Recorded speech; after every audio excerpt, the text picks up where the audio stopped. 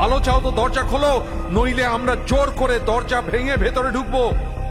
ভেতর থেকে জবাব এলো, ঈশ্বরের দোহাই, আমাকে দয়া করো, আমাকে ক্ষমা করো।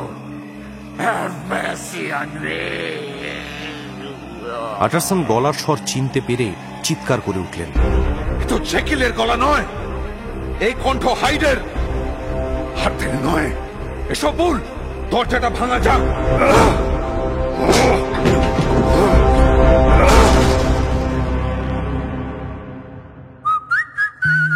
গপ্প মিলে ঠেক, কিছু ভয়, কিছু রহস্য, কিছু হাসি, কিছু প্রেম।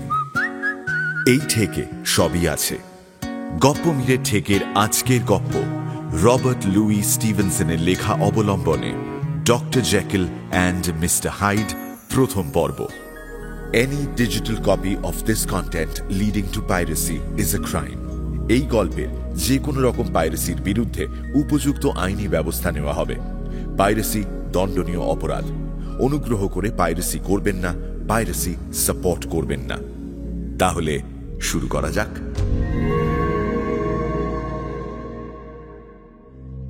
মিস্টার আটারসন পেশায় একজন আইনজীবী। বেশ গম্ভীর মেজাজি বলেই তাকে মনে হয়। তার মুখে হাসি দেখেছে এমন লোকের সংখ্যা একটু কম বললেই চলে। সকলের সঙ্গেই দূরত্ব বজায় রেখে চলেন। কিছুটা জড় পদার্থের মতোই নিজের সঙ্গী গুটিয়ে থাকেন আটারসন সাহেব।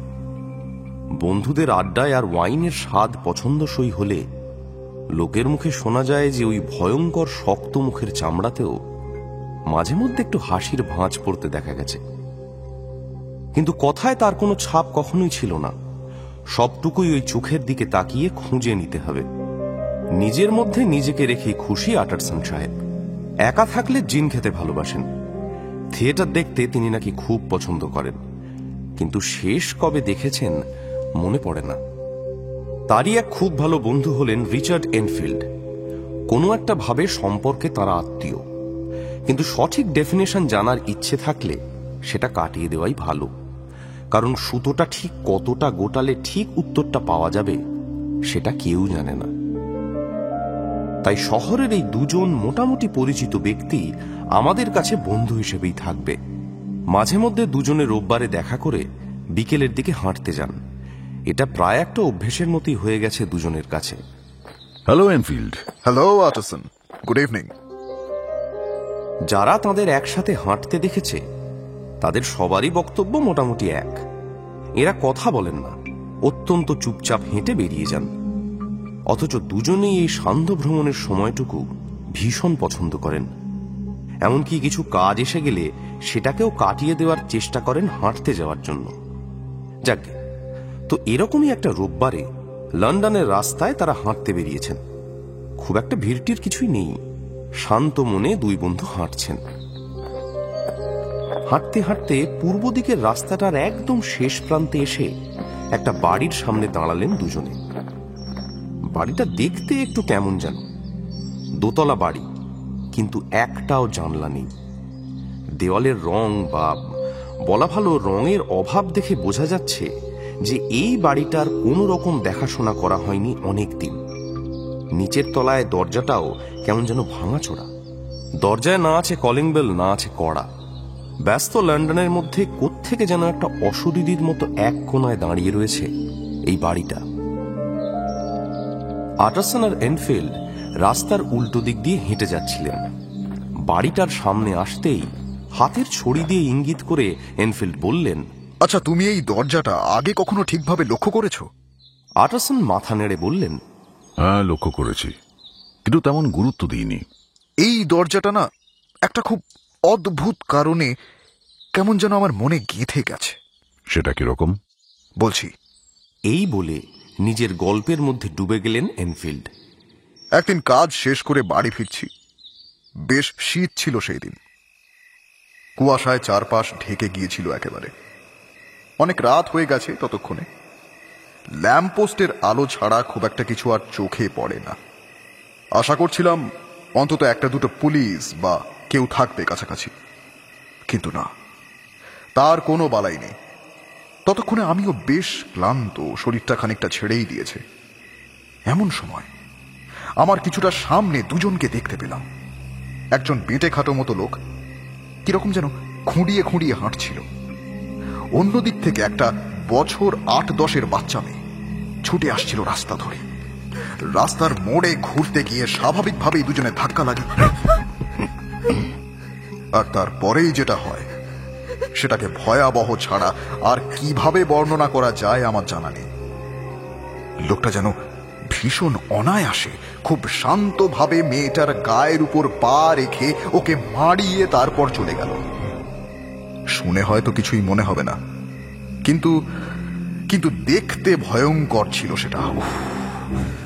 মেয়েটা কাতরভাবে চিৎকার করছে, আর লোকটা যেন কোনো মানুষ নয়, যেন একটা প্রচন্ড হিংস্র কোনো অমানুষিক প্রাণী।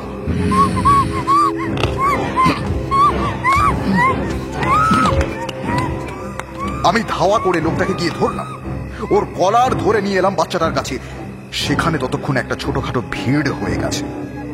তাদের মধ্যে 1-2 মেয়েটার আত্মীয় বেরিয়ে গেল। কি হয়েছে? আরে এই বাচ্চাটা ঠিক আছে? দেখো দেখো দেখো। এ বাবা, কি অদ্ভুত লোক রে বাবা। এই যে আপনি কি মানুষ নাকি? হ্যাঁ, বাচ্চাটা এইভাবে পড়ে আছে। চলুন। আস্তে আস্তে যাচ্ছি তো। জানো অটসন, লোকটা কিন্তু একেবারে নির্বিকার। আমার দিকে একবার তাকিয়েছিল সে। তার চোখ দুটো যেন শান্ত, না না না না না না, ঠিক শান্ত নয়, ভীষণ শীতল। কি ভয়ঙ্কর সেই দৃষ্টি! কিন্তু কলার ছাড়িয়ে নেওয়ার কোনো চেষ্টাই সে করেনি। এরই মধ্যে একজন ডাক্তার ঘটনাস্থলে এলেন। মেয়েটিকে পরীক্ষা করে জানালেন যে আঘাত তেমন কিছু ভয়ঙ্কর নয়, কিন্তু ভয় পেয়ে মেয়েটি জ্ঞান হারিয়েছে। খুব স্বাভাবিকভাবেই এই লোকটার উপর সবার প্রচন্ড রাগ, ক্ষোভ সবকিছুই জন্মেছিল। যে কোনো সময় যে সবাই তার উপর চড়াও হতে পারে সেটা হয়তো লোকটাও বুঝেই গিয়েছিল।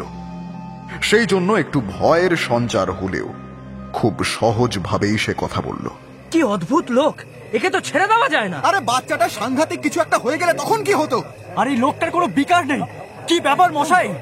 আরে আপনার কিছু মনে হলো না বাচ্চাটার এই অবস্থা দেখে? কি বলুন বলুন কিছু।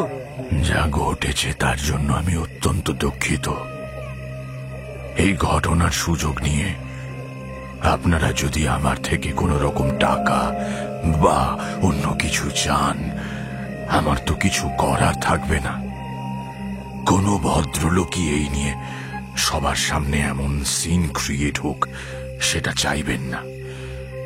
তাই আপনারাই বিচার করুন। কি বলা যায়? হ্যাঁ ঠিকই। কি বলবো? তোমরা সবাই বলো না। আচ্ছা শুনুন, আপনাকে মেয়েটির পরিবারকে 100 পাউন্ড ক্ষতিপূরণ দিতে হবে। ওকে, নো প্রবলেম। লোকটা কি অদ্ভুত ভাবে এক বাক্যে রাজি হয়ে গেল। কোনো প্রতিবাদ নেই, দরদামের চেষ্টাটুকুও নেই।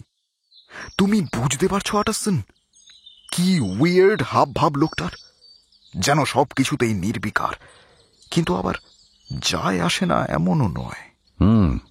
তারপর আরো কিছু হয়েছিল নাকি?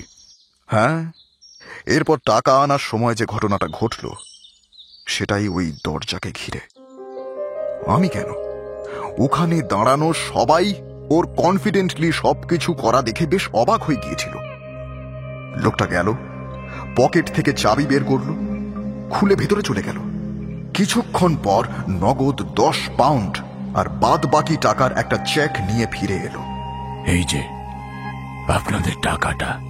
চেকে যার সই রয়েছে তার নামটা আমি বলতে চাই না, যদিও তিনি একজন নামকরা ব্যক্তি। শহরের প্রায় সবাই তার নাম জানে। আমার কেমন যেন সন্দেহ হয়েছিল যে চেকটা ভুয়ো। গোটা ব্যাপারটা যে কোথাও গিয়ে অত্যন্ত সন্দেহজনক। কোনোভাবে লোকটা ঠকানোর চেষ্টা করছে না তো? এত রাতে অন্য একটা লোকের বাড়িতে এত সহজে ঢুকে সেখান থেকে 100 পাউন্ডের চেক নিয়ে আসা এতটা সহজ ব্যাপার হয়তো নয়। এই কথা লোকটাকে বলতেই লোকটা বলল, চিন্তা করবেন না, চেকটা জাল নয়।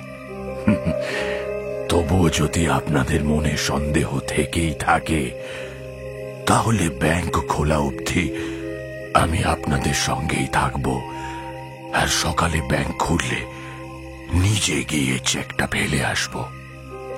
অগত্যা সেই কথা অনুযায়ী সবাই মিলে আমার বাড়িতেই থাকলাম।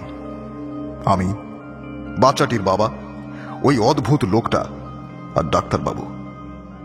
সেই রাতটা আমার বাড়িতে সবাই থাকলো। সকালে ব্রেকফাস্ট সেরে আমরা সবাই মিলে ব্যাংকে গেলাম। আমি নিজে চেকটা জমা করেছিলাম, আর আমিই বলেছিলাম যে আমি নিশ্চিত এই চেকটা জাল। কিন্তু না, দেখা গেল আমিই ভুল। চেকটা ঠিকই ছিল। আমি জানি আটারসন, তোমার কি মনে হচ্ছে, আমারও সেটাই মনে হয়েছিল। কিন্তু কিচ্ছু করার নেই। ওই লোকটার সাথে কারোর কোনো ঠিকঠাক সম্পর্ক থাকতে পারে বলে মনেই হয় না। আর যেই মানুষটার সই ছিল চেকটায়, সে আমাদের শহরের একজন বিখ্যাত ব্যক্তি। এরপর থেকেই আমার এই বিষয়টা নিয়ে একটা অস্বস্তি হতে শুরু করে। আমার মনে হয় এর মধ্যে অন্য কোনো একটা ব্যাপার আছে। দুজনের চাল চলন, হাব ভাব, সমস্ত কিছুর মধ্যে আকাশ পাতাল পার্থক্য। তাহলে কি এটার সঙ্গে ব্ল্যাকমেইল বা সেই রকম কিছু জড়িত? তারপর থেকেই আমি ওই বাড়িটাকে ব্ল্যাকমেইল হাউস বলি। একটানা এতক্ষণ বলে এবার চুপ করলেন এনফিল্ড। আবার দুজনে হাঁটা শুরু করে। কিছু দূর যেতেই আটারসন হঠাৎ জিজ্ঞেস করলেন, আচ্ছা, এই বাড়ি নিয়ে আর কিছু জানো তুমি? না, আর জানার খুব একটা ইচ্ছেও নেই। কাউকে কখনো অমুখ হতেও তো দেখিনি। ওই চেকটায় যার সই ছিল তিনি যে এই বাড়ির বাসিন্দা নন, সে বিষয়ে তুমি নিশ্চিত? না, আমি তার ঠিকানার খোঁজ নিয়েছিলাম। কোনো একটা স্কোয়ার না কি যেন একটা নাম জায়গাটার। তা কখনো ইচ্ছে করেনি এই বাড়ি নিয়ে আর অন্যান্য কিছু খোঁজ খবর নিতে? না।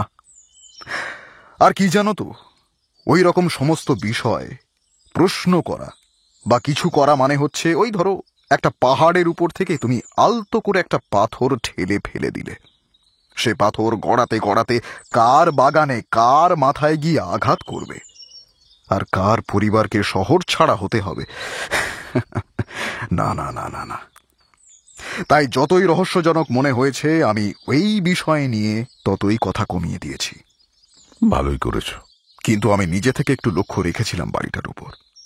কাউকে তেমন ঢুকতে বেরোতে তো দেখি না। উপরের তলায় জানলা আছে, কিন্তু নিচের তলায় একটা জানলা পর্যন্ত নেই। মাঝে মাঝে চিমনি দিয়ে ধোঁয়া বেরোতে দেখে বুঝতে পারি যে বাসিন্দা বলে কিছু এখনো ভিতরে আছে। দুজনে আবার হাঁটতে শুরু করলো। তারপর হঠাৎ করে আটারসন বলে উঠলেন, এনফিল্ড, আমার একটা প্রশ্ন ছিল। এই যে লোকটা যে মেয়েটাকে এসে ওইভাবে মারলো, তারপর টাকা দিল, এত কিছু করলো, তার নাম কিছু জানা গেছে? জানা গেছে। ওর নাম হচ্ছে হাইড। আর কিরকম দেখতে ছিল লোকটাকে? ঠিক কিভাবে বর্ণনা করবো আমি জানি না, জানো তো।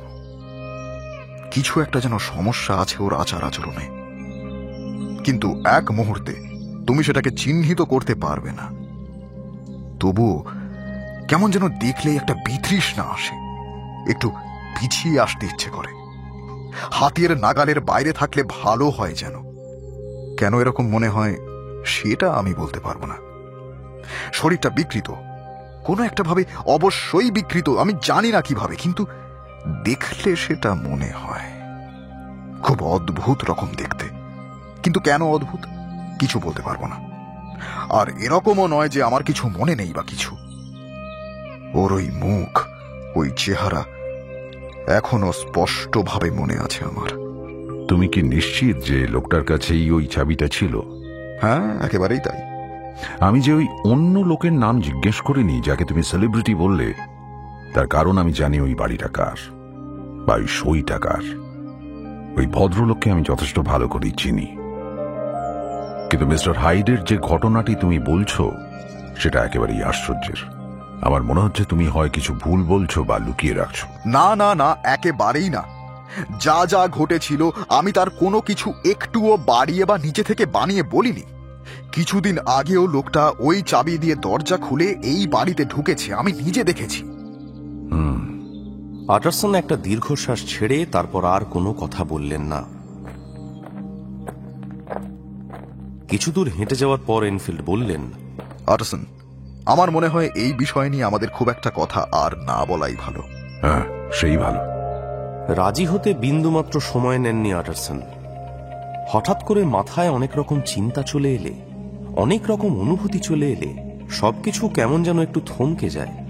কি করব, কি হবে, কি করা উচিত, এই সমস্ত কিছুর উত্তর যেন অত সহজে আর পাওয়া যায় না। গোটা বিষয়টা যে সত্যি, পুরোটাই যে ঘটেছে বা ঘটছে, এইটা বুঝতে ইচ্ছে করে না যেন। কিন্তু আবার না বুঝে তো উপায়ও নেই। সেই সন্ধেবেলা মিস্টার আটারসন যখন বাড়ি ফিরলেন, তখন চিন্তায় তার চোখ মুখ পাল্টে গেছে। ডিনারে খুব একটা ভালোভাবে কিছু খেতেও পারলেন না। রোববার করে তাঁর অভ্যেস যে ডিনারের পর ফায়ারপ্লেসের পাশে একটা বই নিয়ে বসবেন, তারপর 12টার সময় উঠে ঘুমোতে যাবেন। কিন্তু আজ রাতে আর সেই সব কিছুর বালাই নেই। খাওয়া দাওয়ার পাট চুকিয়ে আটারসন সোজা গেলেন নিজের কাজের ঘরে। নিজের আলমারি খুলে একটা ফাইল বের করলেন। ফাইলটার উপর লেখা আছে ডক্টর জেকেলের উইল। ফাইলটা নিয়ে বসে পড়লেন আটারসন। আরো একবার লেখাটা পড়লেন আটারসন। হেনরি জেকেলের মৃত্যু হলে তার সমস্ত স্থাবর অস্থাবর সম্পত্তি পাবেন তার বন্ধু ও শুভানুধ্যায়ী এডওয়ার্ড হাইড। যদি কোনোভাবে কোনোদিন কোনো অজ্ঞাত কারণে জেকেলকে আর খুঁজে না পাওয়া যায় এবং 3 মাসের মধ্যে তার কোনো খবর না মেলে, সেই ক্ষেত্রেও তার সমস্ত সম্পত্তির মালিক হবেন এই হাইড, এবং তা হবে নির্দ্বিধায়। আটারসন এটা রাখার দায়িত্ব নিয়েছিলেন ঠিকই, কিন্তু এই উইল যখন লেখা হয়েছিল তখন আটারসনের এটা একেবারেই পছন্দ হয়নি। লেখার ক্ষেত্রে জেকেলকে কোনো রকম সাহায্যও তিনি করেননি। আর এখন হঠাৎ করে সবকিছুর মধ্যে থেকেই হাইড নামটা আবার ফিরে এসেছে। এই হাইড লোকটা কি, কোথায় থাকেন, আটারসন কিচ্ছু জানেন না। আজকেই প্রথম হাইডের কিছুটা পরিচয় পেলেন। জেকেল তার যথেষ্ট ভালো বন্ধু হওয়ায় তিনি যে কেন এইরকম একটা লোককে তার সবকিছুর মালিক করে দিতে চেয়েছেন, সেসব কিছুই আটারসন বুঝতে পারছেন না। তার উপর এনফিল্ডের মুখে হাইডের এই বর্ণনা, যে কোনো মানুষ যেই বর্ণনা শুনে খুব একটা ভালো কিছু অনুভব করবেন না, সেটা বলাই বাহুল্য। আলমারিতে উইলটা রাখতে গিয়ে নিজেকে মনে মনে আটারসন বললেন, প্রথমে ভেবেছিলাম হয়তো জেকেলের পাগলামি এটা, কিন্তু কোনোভাবে জেকেল বিপদে বা কোনো রকম ষড়যন্ত্রে জড়িয়ে পড়েনি তো। এই কথা মাথায় আসতেই আর স্থির থাকতে পারলেন না আটারসন। মোমবাতি নিভিয়ে কোট গায়ে দিয়ে বেরিয়ে পড়লেন ক্যাভেন্ডিশের দিকে। যদি কেউ এই নিয়ে কিছু হদিশ দিতে পারে, সেটা ল্যানিয়ান। বন্ধু ল্যানিয়ানের বাড়িতে পৌঁছে গেলেন কিছুক্ষণেই। ল্যানিয়ান তখন খাওয়া সেরে বিশ্রাম নিচ্ছিলেন। হঠাৎ বন্ধু আটারসনকে দেখে ল্যানিয়ান বেশ খুশি হলেন। চেয়ার থেকে লাফিয়ে উঠে আটারসনের দিকে এগিয়ে গেলেন তিনি। আরে আটারসন যে, হঠাৎ কি ব্যাপার? দুজনে ছাত্র জীবনের পুরনো বন্ধু, নিজেদের মধ্যে সম্মানের কোনো খামতি নেই, আর একে অপরের সাহচর্য সবসময় খুব পছন্দ করেন। ল্যানিয়ান, তুমি আর আমি বোধহয় হেনরি জেকেলের সবচেয়ে পুরনো বন্ধু, তাই না? হ্যাঁ, কিন্তু আজকাল তো আর ওকে খুব একটা দেখতে পাই না। অদ্ভুত তো, তোমরা তো খালি বন্ধু নও, দুজনের পেশাও এক, তাও দেখা সাক্ষাৎ কিচ্ছুই হয় না। না, এখন জেকেলের সঙ্গে আমার যোগাযোগটা অনেকটাই কমে গেছে। তা প্রায় 10 বছর হলো। মানসিকভাবে এমন একটা দিকেও চলে যাচ্ছিল। আমি তবুও সঙ্গে ছিলাম। পুরনো বন্ধু তো, এরকম হঠাৎ করে ছেড়ে তো দিতে পারি না। কিন্তু একটা সময়ের পর অদ্ভুত সব তথ্য নিয়ে অবৈজ্ঞানিক তর্ক বিতর্ক জুড়ে দিত। মানে আফটার আ পয়েন্ট সেসব নেওয়া আমার পক্ষে আর সম্ভব হয়নি। আচ্ছা, তুমি হাইড বলে জেকেলের কোনো বন্ধুকে চেনো? হাইড?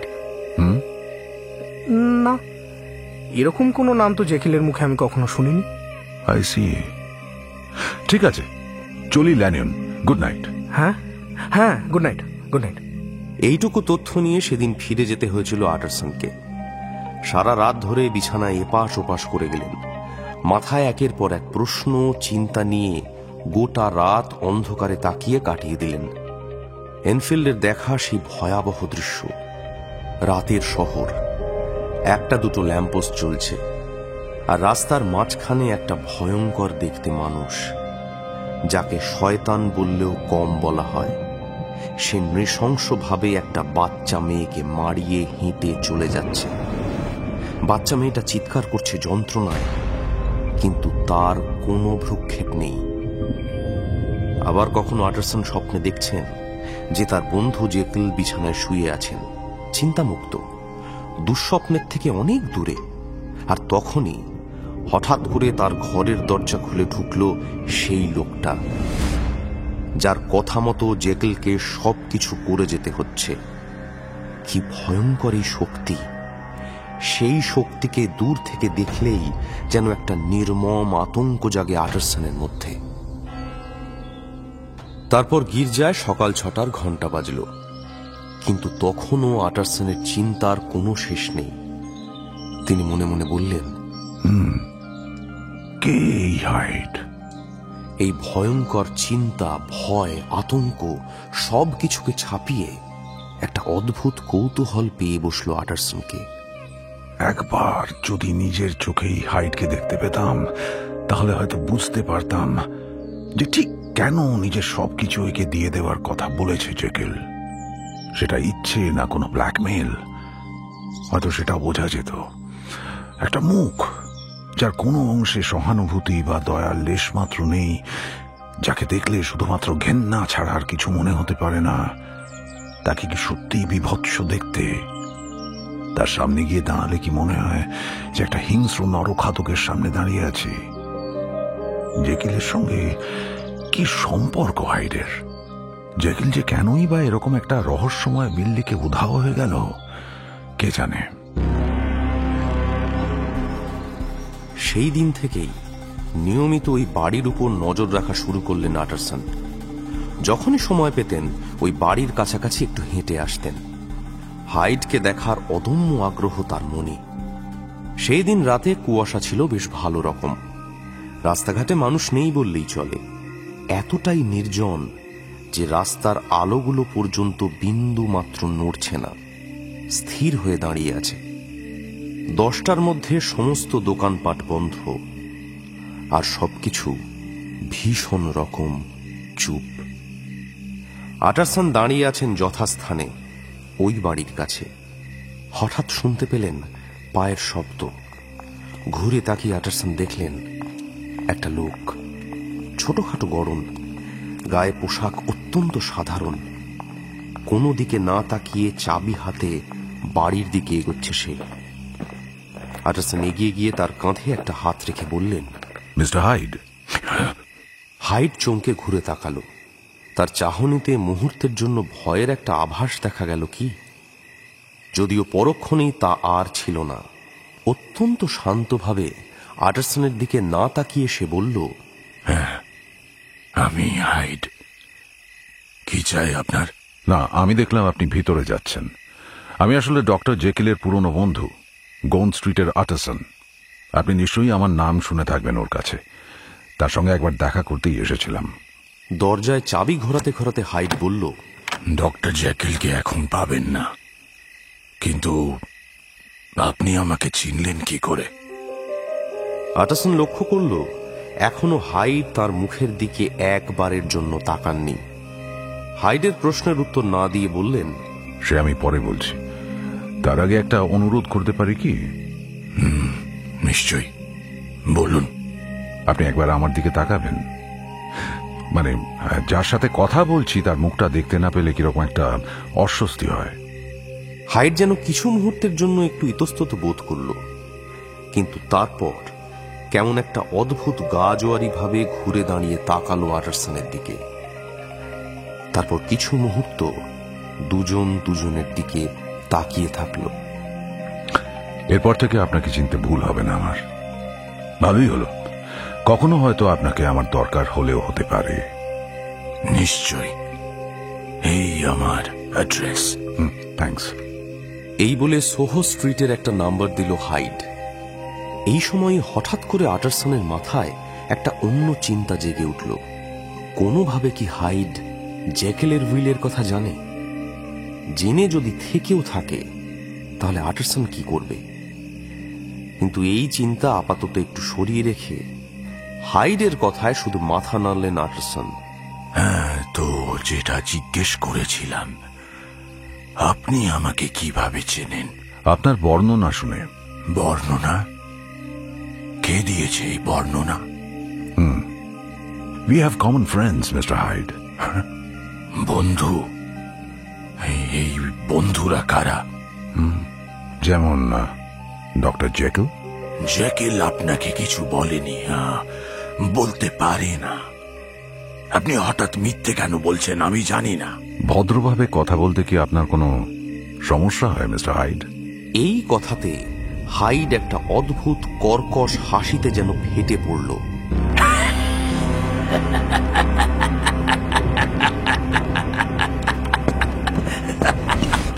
তারপর অত্যন্ত দ্রুততার সঙ্গে দরজা খুলে ভেতরে চলে গেল। আটারসন বেশ কিছুক্ষণ বাইরে দাঁড়িয়ে থাকলেন, তারপর হাঁটতে শুরু করলেন। কিন্তু সেই হাঁটার মধ্যে একটা অদ্ভুত ইতস্তত ভাব ছিল।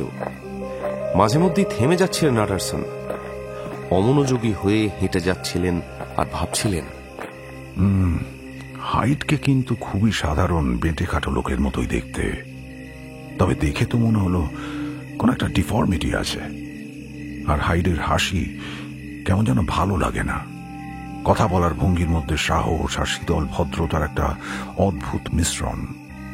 সামনে দাঁড়ালে যেন একটা কিরকম একটা ভয় করে। একজন খুনি যেভাবে কথা বলতে পারে কেমন যেন সেরকম। ওর গলা শুনে মনে হলো যেন রীতিমতো ফিসফিস করে কথা বলছে, কিন্তু এসব নয়, অন্য কোনো একটা ব্যাপার আছে। লোকটাকে দেখে তো ঠিক মানুষ বলেই মনে হচ্ছিল না।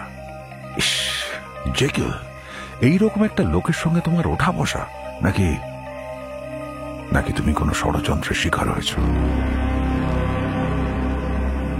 ক্রমশ যেন আশঙ্কা থেকে একটু একটু করে আর কোনো সন্দেহ থাকলো না আটারসনের মনে। এই সমস্ত কিছু ভাবতে ভাবতে ক্লান্ত পায়ে হাঁটছিলেন আটারসন। রাস্তার একদম শেষের দিকে বেশ কয়েকটা বাড়ি আছে পরপর।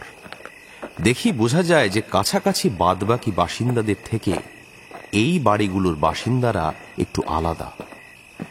বেশ সুন্দর নিয়মিত দেখাশোনা করা হয়। যে কোনো লোক বুঝে যাবে যে এখানে যারা থাকে তারা হয় বিখ্যাত, নয়তো স্রেফ বড় লোক। আর এই বাড়িগুলোর মধ্যে যেটা সব থেকে বড়, সেইটাই ডক্টর জেকেলের বাড়ি। জেকেল যে অত্যন্ত রুচিশীল একজন মানুষ, সেটা তার বাড়ি দেখলেই বোঝা যায়। আটারসন গিয়ে কড়া নাড়তেই একজন বয়স্ক কাজের লোক এসে দরজাটা খুলল। হ্যালো ফুল, ডক্টর জেকেল কি আছেন? আমি দেখছি মিস্টার আটারসন, আপনি ভেতরে আসুন। এই বলে পুল আটারসনকে নিয়ে গেল ভেতরের ঘরে। ঘরটা বেশ বড়। ফায়ারপ্লেসের পাশে আটারসনকে বসিয়ে পুল বলল, আপনি এখানে একটু অপেক্ষা করুন, আমি আসছি। Thank you. পুল বেরিয়ে গেলে আটারসন ভালো করে হেলান দিয়ে বসলেন।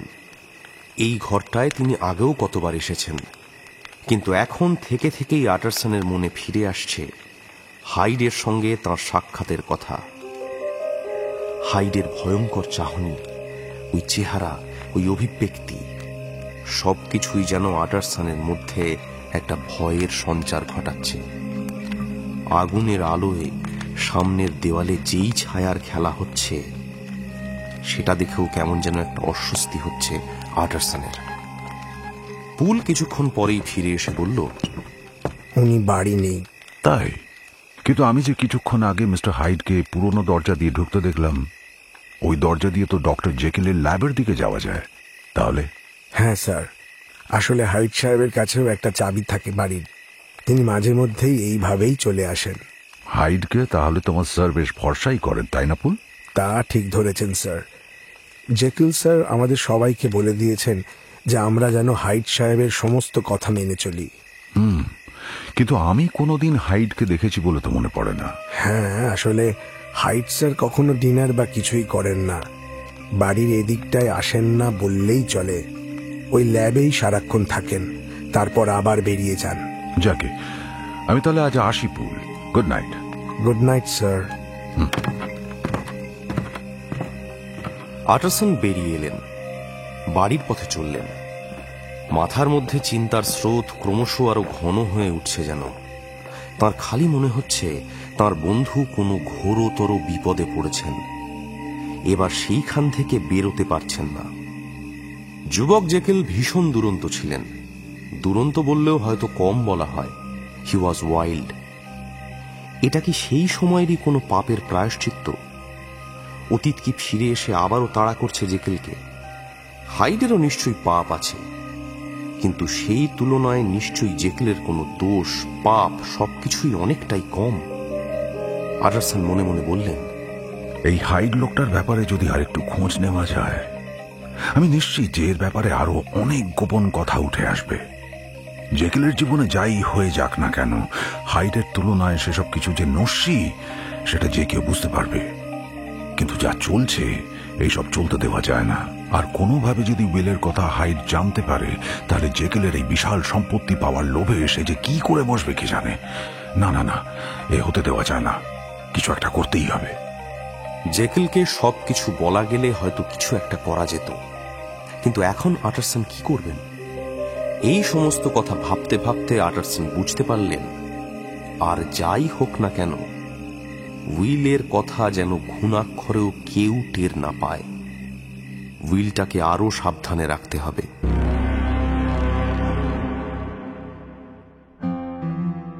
এরপর 2 সপ্তাহের বেশি সময় কেটে গেছে। এ নিয়ে আটারসন আর বিশেষ কিছু করে উঠতে পারেননি। এমন সময় ডক্টর জেকেল তার 5-6 জন বন্ধুকে ডিনারে আমন্ত্রণ জানালেন। যখনই এরকম কোনো আয়োজন হয়, সেখানে আটারসনের আমন্ত্রণ আসবেই। এইবারেও তার অন্যথা হয়নি, কিন্তু এবার অন্তত আটারসনের দিক থেকে পরিস্থিতিটা সম্পূর্ণ আলাদা। আটারসনের মাথায় নানা রকম প্রশ্ন দুশ্চিন্তা ঘোরাঘুরি করছে। জেকেল আর আটারসনের সম্পর্ক অত্যন্ত ভালো। আটারসন জনসমক্ষে খুব বেশি কথা বা কিছু না বললেও যারা তার সাহচর্য পছন্দ করে তারা জেনুইনলি করে, যেমন মিস্টার জেকেল। তাই আটারসনও নির্দ্বিধায় সবার যাওয়া অবধি অপেক্ষা করে তারপর জেকেলের সঙ্গে কথা শুরু করলেন। জেকেল, তোমার সঙ্গে আমার কিছু দরকারি কথা আছে, তোমার ওই উইলের বিষয়ে। জেকেলের চোখে মুখে যেন একটু বিরক্তির ছাপ দেখা গেল, কিন্তু সঙ্গে সঙ্গেই নিজেকে সামলে নিয়ে তিনি বললেন, আমার মতো মক্কেল নিয়ে তুমি বেশ ঝামেলায় পড়েছ দেখছি। তুমি আমার বন্ধু বলেই হয়তো এই উইল নিয়ে একটু বেশি চিন্তিত হচ্ছ। তোমার মতো ল্যানিয়েনেরও তো দেখছি একই দশা, সে আমার বুঝতে বাকি নেই। কিন্তু আমার বিভিন্ন রিসার্চের কাজ নিয়ে ল্যানিয়েন যা সমস্ত কথা বলতো, ও তো আমার মতামত, কাজ, রিসার্চ কোনো কিছুকে একটুও গুরুত্ব দিতে চাইতো না। ও ভালো মানুষ হতে পারে, আমার ব্যাপারে হয়তো সত্যিই চিন্তিত, কিন্তু এরকম একটা মানুষকে ইগনোরেন্ট ছাড়া আর কি বলবো বলতো? তুমি তো নিশ্চয়ই জানো যে তোমার উইল নিয়ে আমার কি মত। হ্যাঁ জানি তো, অবশ্যই জানি। তুমি আমাকে সেটা বেশ পরিষ্কারভাবেই জানিয়েছ বোধ হয়। হ্যাঁ, এবং আমি আবারও এই বিষয়ে তোমার সাথে কথা বলতে চাই। এই শেষ কয়েকদিনে তোমার ওই হাইডের ব্যাপারে আমি বেশ কিছু খবর পেয়েছি। হাইডের নামটা নিতেই জেকেলের মুখটা কেমন যেন দপ করে নিভে গেল। চোখের সেই দীপ্তিটাও যেন মুহূর্তের মধ্যে কোথায় মিলিয়ে গেল। আমরা তো এই নিয়ে আগেও কথা বলেছি।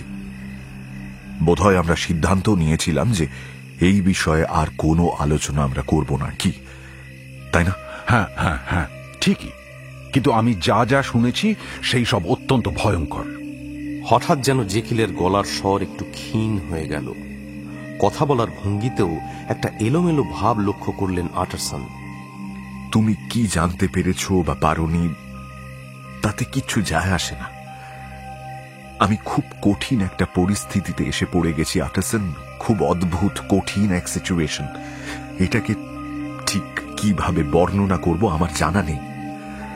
কথা বলে এর কোনো সুরাহা হবে বলে আমার তো মনে হয় না। জেকেল, তুমি আমাকে অনেক দিন ধরে চেনো। তুমি বোধহয় জানো যে আমাকে ভরসা না করার মতন কিছু নেই। তাহলে নির্দ্বিধায় বলো আমাকে, হয়তো তোমাকে এই অবস্থা থেকে আমরা বের করে আনতে পারবো। তুমি অত্যন্ত ভালো একজন মানুষ আটারসন। সত্যি কথা বলতে, তুমি যে আমার ব্যাপারে এতটা চিন্তিত বা আমাকে সাহায্য করতে এত সহজে রাজি হয়ে গেলে, সত্যি ধন্যবাদ জানানোর ভাষা আমার কাছে নেই। আমি তোমাকে বিশ্বাস করি, কোনো সন্দেহ নেই, হয়তো অন্য সকলের থেকে বেশি করি। তুমি বিষয়টাকে যতটা গুরুতর ভাবছো আদতে তা কিন্তু নয়। কিন্তু যেহেতু এই বিষয়ে তুমি বেশ চিন্তিত আছো, তোমাকে এইটুকু বলতে পারি, হাইডের হাত থেকে নিস্তার পাওয়া আমার জন্য অসম্ভব নয়। আমি যখন চাইব তখনই পেতে পারি, সত্যি বলছি। শুধু একটা জিনিস আটারসন, এই বিষয়টা একান্তই ব্যক্তিগত, তাই এই নিয়ে কোনো রকম জল ঘোলা হোক এটা আমি একেবারেই চাই না। ঠিক আছে, তোমার ভালো থাকা না থাকা নিয়ে একটা সংশয় হচ্ছিল, কিন্তু কথা বলে যা বুঝছি তার আর কোনো প্রয়োজন নেই। আটারসনের হাত ধরে জেকিল বললেন, কিন্তু যেহেতু এই নিয়ে কথা উঠল, তোমাকে একটা জিনিস বলতে চাই। আমি হাইডের বিষয়ে আমি জেনুইনলি ইন্টারেস্টেড।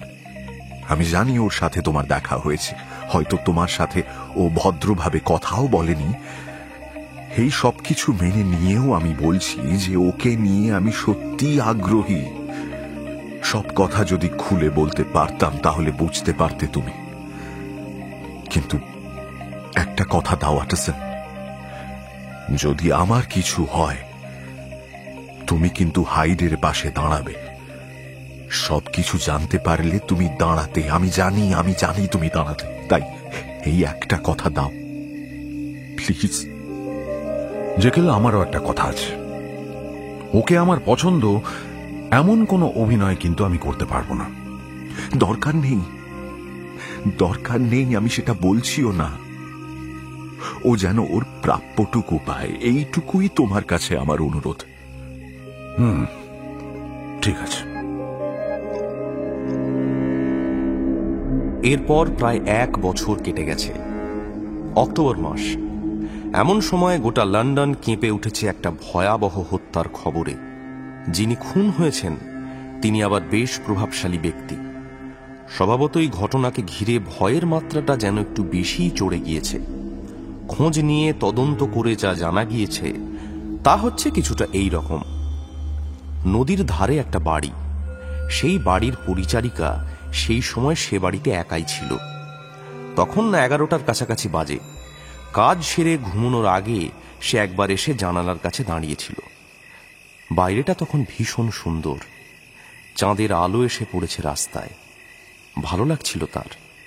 এমন সময় সে দুজন মানুষকে দেখতে পায়। দুজন দুদিক থেকে আসছে। একজন বয়স্ক ব্যক্তি, মাথায় চুল প্রায় সব পেকে গেছে, ধীর পায়ে এগোচ্ছিলেন। অন্য দিক থেকে যে আসছিল তাকে একটু ছোটখাটো দেখতে। যখন দুজনে কাছাকাছি চলে এসেছে, বয়স্ক ব্যক্তিটি ভদ্রতার খাতিরে মাথা নুইয়ে বেঁটে লোকটাকে কি যেন বলার চেষ্টা করলেন। Hello mister. চাঁদের আলোয় মেয়েটি সব স্পষ্ট দেখতে পাচ্ছিল। বয়স্ক লোকটিকে সে চিনতে পারেনি, কিন্তু অন্যজনের মুখটা ঠিক মতো দেখতেই চিনে ফেলেছিল তাকে। কয়েকদিন আগে এই মেয়েটির বাড়িতে এসেছিল হাইড। সেদিন প্রথমবার দেখেই কেমন যেন অপছন্দ হয়েছিল একে মেয়েটির। হাইডের চেহারা, হাবভাব সবকিছুর মধ্যেই কেমন যেন একটা হিংস্র ছায়া দেখতে পেয়েছিল। হাইডের হাতে একটা লাঠি ছিল, মাঝে মধ্যেই সেটা অন্যমনস্ক হয়ে ঘোরাচ্ছিল। বয়স্ক লোকটা যাই বলছিলেন না কেন, হাইডের মুখ থেকে একটা কথাও বেরোয়নি। আর গোটা সময়টাতেই যেন একটু অধৈর্য হয়ে শুনছিল। আপনাকে তো এই এলাকায় কোনোদিন দেখিনি। আপনি কি এই কলোনিতে নতুন এসেছেন? তারপর হঠাৎ যেন ভয়ঙ্কর রেগে উঠল হাইড। বদ্ধ উন্মাদের মতো ক্ষিপ্ত হয়ে বয়স্ক লোকটাকে আক্রমণ করতে গেল হাইড। বয়স্ক লোকটা একটু যেন অবাক হয়েই এক দুপা পিছিয়ে গেছে। কি করছেন আপনি? এরই মধ্যে হাইড চূড়ান্ত ক্ষিপ্রতার সঙ্গে ঝাঁপিয়ে পড়ল লোকটার ওপর। মুহূর্তের মধ্যে লাঠির আঘাতে সে মাটিতে পড়ে গেল। তারপরেই যেটা হলো সেটা যেন আরো ভয়ানক। মাটিতে পড়ে থাকা ওই বয়স্ক লোকটার ওপর পা দিয়ে আঘাত করতে লাগলো হাইড। পা দিয়ে মারিয়ে মারিয়ে যেন এক এক করে সমস্ত হাড়গোড় ভাঙতে লাগলো হাইড। সেই ভাঙার শব্দ পর্যন্ত যেন শোনা যাচ্ছে দূর থেকে।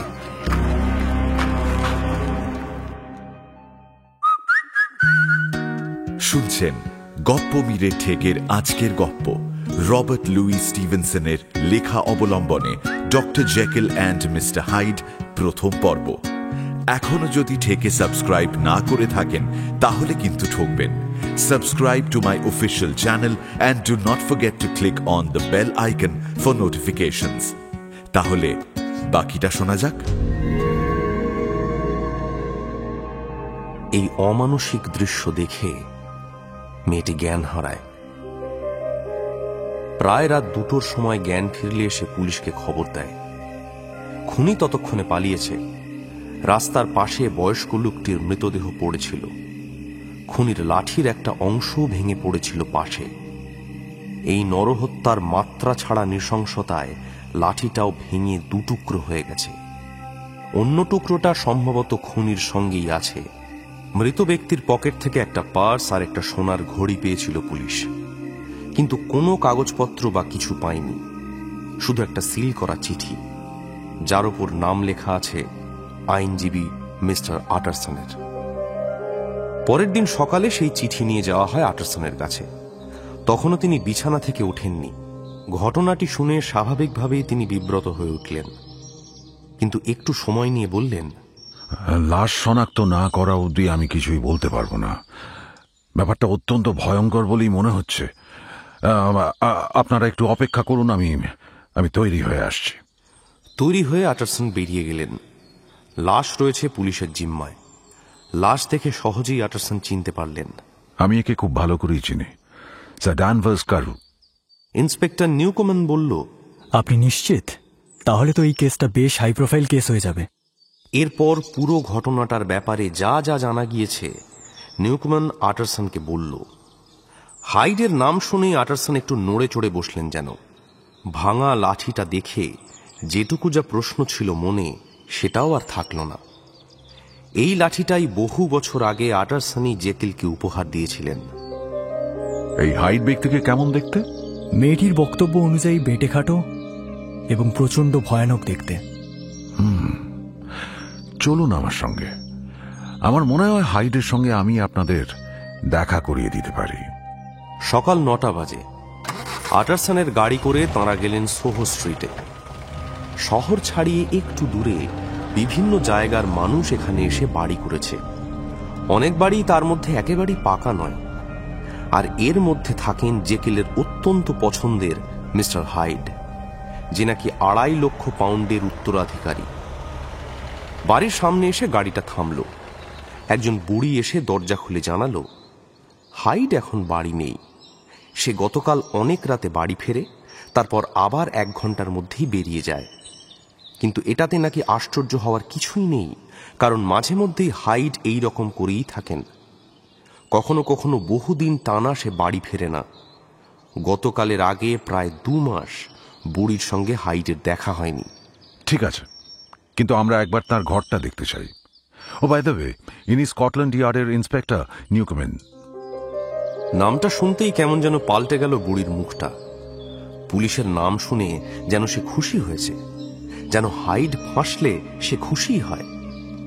মনে হলো হাইডকে সে একেবারেই পছন্দ করে না, কিন্তু বুড়িকে দেখেও খুব একটা সরল সাদাসিধে বলে মনে হয় না।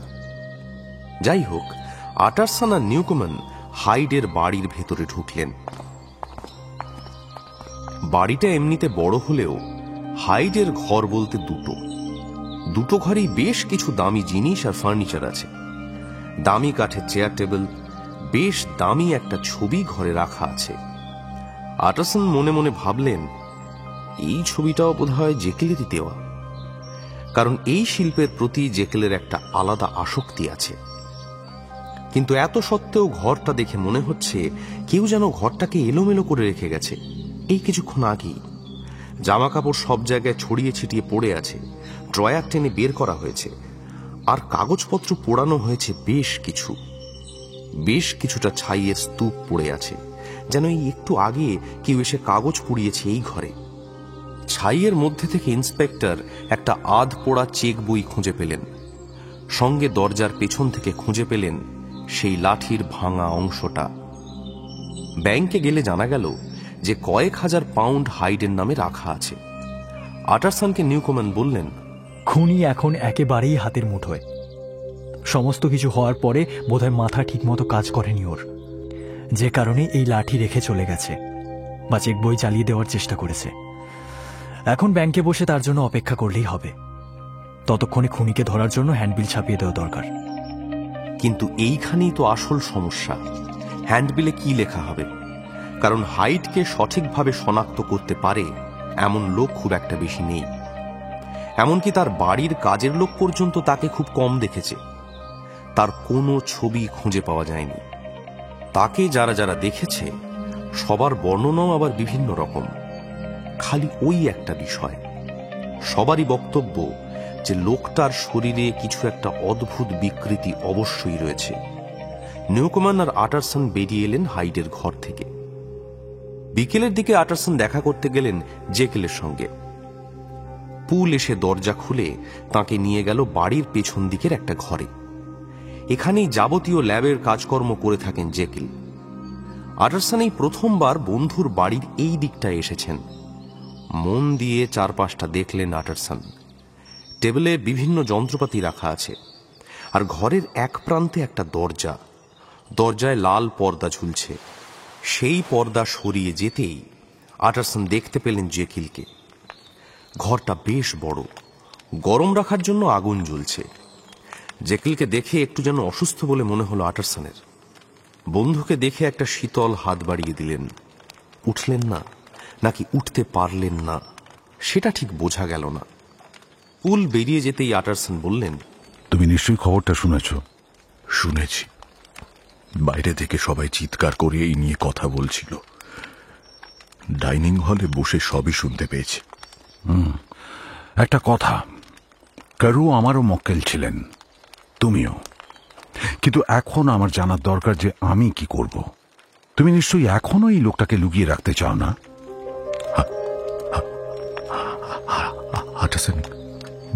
বিশ্বাস করো, আমি আর কখনো ওকে দেখতেও চাই না। ওর সাথে আমার যা কাজ ছিল, whatever it be, everything is over. আর হ্যাঁ, ওর আমার সাহায্যের দরকারও নেই। আমি ওকে যতটা জানি, তুমি তার প্রায় কিছুই জানো না। কিন্তু হ্যাঁ, ও সেফ আছে। ওর কথা তোমরা কেউ আর কোনোদিন শুনবে না। তোমার কথা শুনে মনে হচ্ছে এই ব্যাপারে তুমি বেশ নিশ্চিত। তুমি বলেই আমি আশা করছি যে তুমি ঠিকই বলছো। কিন্তু হ্যাঁ, এটা তোমাকে জানিয়ে রাখা দরকার যে কোর্টে কেস উঠলে তোমাকে কিন্তু ডাকা হতে পারে। হাইডের ব্যাপারে আমি সম্পূর্ণভাবে নিশ্চিত। তোমাকে বলতে না পারলেও নিশ্চিত হওয়ার যথেষ্ট কারণ আছে। কিন্তু হ্যাঁ, অন্য একটা বিষয়ে তোমার সঙ্গে একটু কথা বলা দরকার। আমি একটা চিঠি পেয়েছি, কিন্তু এটা পুলিশকে দেখানো ঠিক হবে কি না আমি ঠিক ভেবে কুল কিনারা পাচ্ছি না। তুমি একবার দেখবে? তোমার কি মনে হয় যে এই চিঠিটা থেকে হাইড ধরা পড়লে পড়তে পারে? না না, হাইডের কি হবে না হবে সত্যি বলতে আমার আর যায় আসে না। আমি নিজের কথা ভাবছিলাম। এই সমস্ত কিছুর মধ্যে দিয়ে আমার যে অবস্থা হয়েছে, আমি তার কথা ভাবছিলাম। বন্ধুর এরকম স্বার্থপরতায় বেশ অবাকই হলেন আটারসন। সেই সঙ্গে হয়তো একটু স্বস্তিও পেলেন এই শুনে যে হাইডকে নিয়ে আর জেকেলের যায় আসে না। আচ্ছা, আমাকে চিঠিটা দেখাও একবার। এই নাও, দেখো। বড় বড় অক্ষরে চিঠিটা লেখা, নিচে সই করে লেখা আছে এডওয়ার্ড হাইড। চিঠিটা লেখা হয়েছে বেনিফ্যাক্টর জেকেলকে। আটারসন পড়তে শুরু করলেন। মিস্টার বেনিফ্যাক্টর জ্যাকেল, আপনাকে প্রথমেই ধন্যবাদ জানাই। আমি আপনার কাছে কৃতজ্ঞ। আমার নিরাপত্তার জন্য আপনাকে আর কিছু করতে হবে না। এখন থেকে আমি নিজেই সেটা করব। ইতি, এডওয়ার্ড হাইড। চিঠিটা পড়ার পরে একটু যেন স্বস্তি বোধ করলেন আটারসন। মনের মধ্যে যে যে সন্দেহগুলো ক্রমশ দানা বাঁধছিল, সেই সব কিছু যেন একটু অমূলক লাগতে শুরু করলো এখন। জেকেলকে জিজ্ঞেস করলেন, আচ্ছা, এটার খামটা কোথায়? খাম আমি পুড়িয়ে ফেলেছি। অবশ্য সেটাই কোনো স্ট্যাম্প বা পোস্ট অফিসের কোনো সিল কিছুই ছিল না। একজন এসে আমাকে হাতে দিয়ে গেছে। ওকে, চিঠিটা আমি আমার কাছে রাখতে পারি? Of course, of course. তুমি ভেবে দেখো এটা নিয়ে কি করা যায় বা না যায়। I don't think I trust myself on this anymore. It's all right, আমি যথাসাধ্য তোমাকে সাহায্য করব। তবে একটা কথা, উইলে যা সব লেখা আছে সেই সব কি হাইড জোর করে তোমাকে দিয়ে লিখিয়েছিল? ডাক্তার যেন হঠাৎ একটু চুপ করে গেলেন। মুখটা একটু ম্লান হয়ে গেল তাঁর। খালি মাথা নেড়ে আটারসনের কথায় সায় দিলেন তিনি। আমি জানতাম ও তোমাকে খুন করতোই। আমি জানতাম তুমি খুব জোর বেঁচে গেছো। শুধু বেঁচে যাওয়া নয়, আরো অনেক কিছু। চরম শিক্ষা পেয়েছি আমি। দুহাতে মুখ ঢেকে বসে রইলেন জেকেল। বেরোনোর সময় আটারসন একবার পুলের সঙ্গে কথা বললেন। আচ্ছা পুল, আজকে একটা চিঠি নিয়ে একজন এসেছিল, পোস্টে নয়। তাকে দেখতে কেমন ছিল? আজ তো কেউ আসেনি। যা চিঠি আসার সব পোস্টেই এসেছিল। এইটা শোনার পরে আবার যেন নতুন করে ভয়ের সঞ্চার হচ্ছে আটারসনের মধ্যে। তার মানে সামনের দরজা দিয়ে নয়, পেছনের দরজা দিয়ে এসে কেউ এই চিঠিটা দিয়েছে, ল্যাবের দরজা দিয়ে। তাই হাইড যাই লিখুক না কেন, ব্যাপারটা একেবারেই অত সহজ নয়। সময় নেই হাতে, সময় একেবারেই নেই।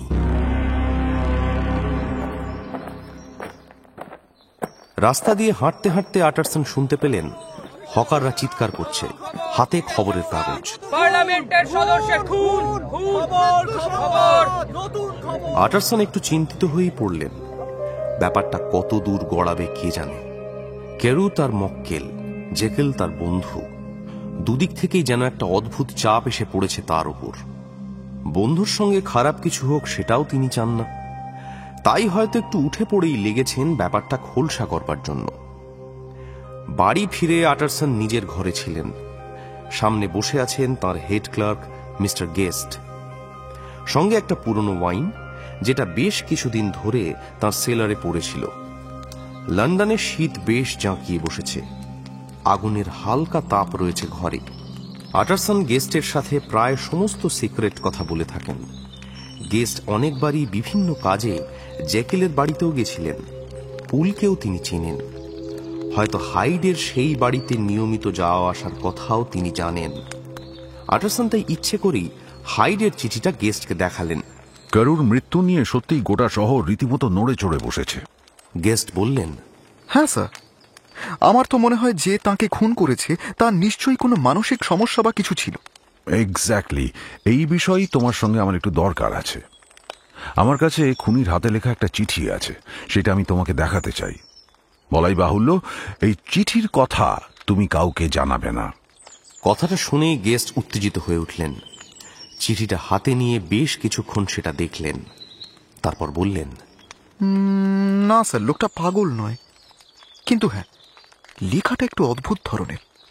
ঠিক সেই সময় কাজের লোক আটারসনের জন্য একটা চিরকুট নিয়ে এলো। দূর থেকে হাতের লেখাটা আন্দাজ করে গেস্ট বললেন, ওটা কি ডক্টর জেকিলের চিঠি স্যার? একটু যেন চেনা চেনা মনে হলো হাতের লেখাটা। ও তেমন কিছু নয়, ওই ডিনারের আমন্ত্রণ।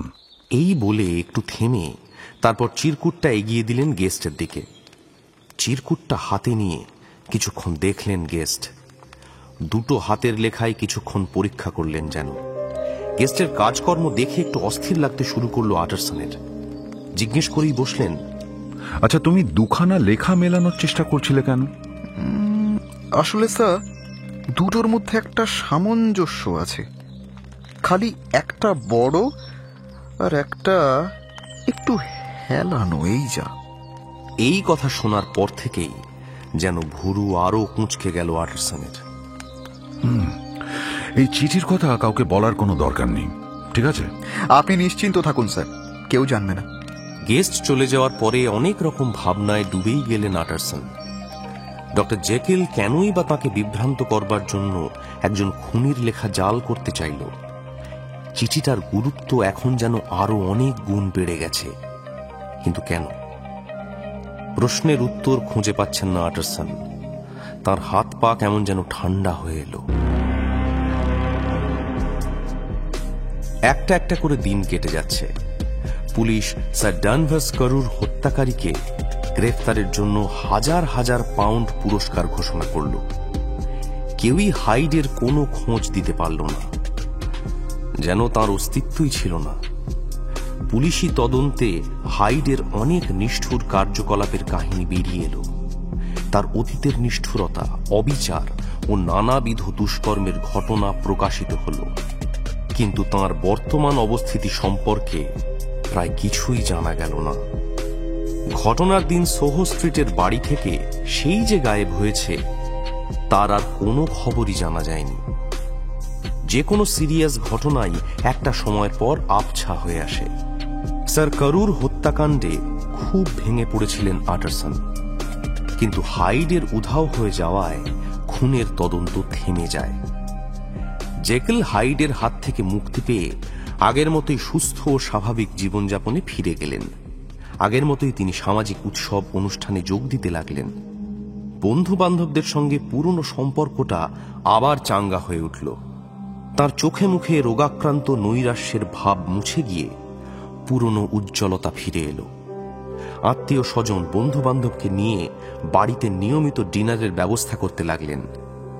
বুক থেকে যেন তার একটা বড় পাথর নেমে গেছে। বহুদিন পর যেন তিনি মুক্ত বাতাসে নিঃশ্বাস নিতে পারছেন।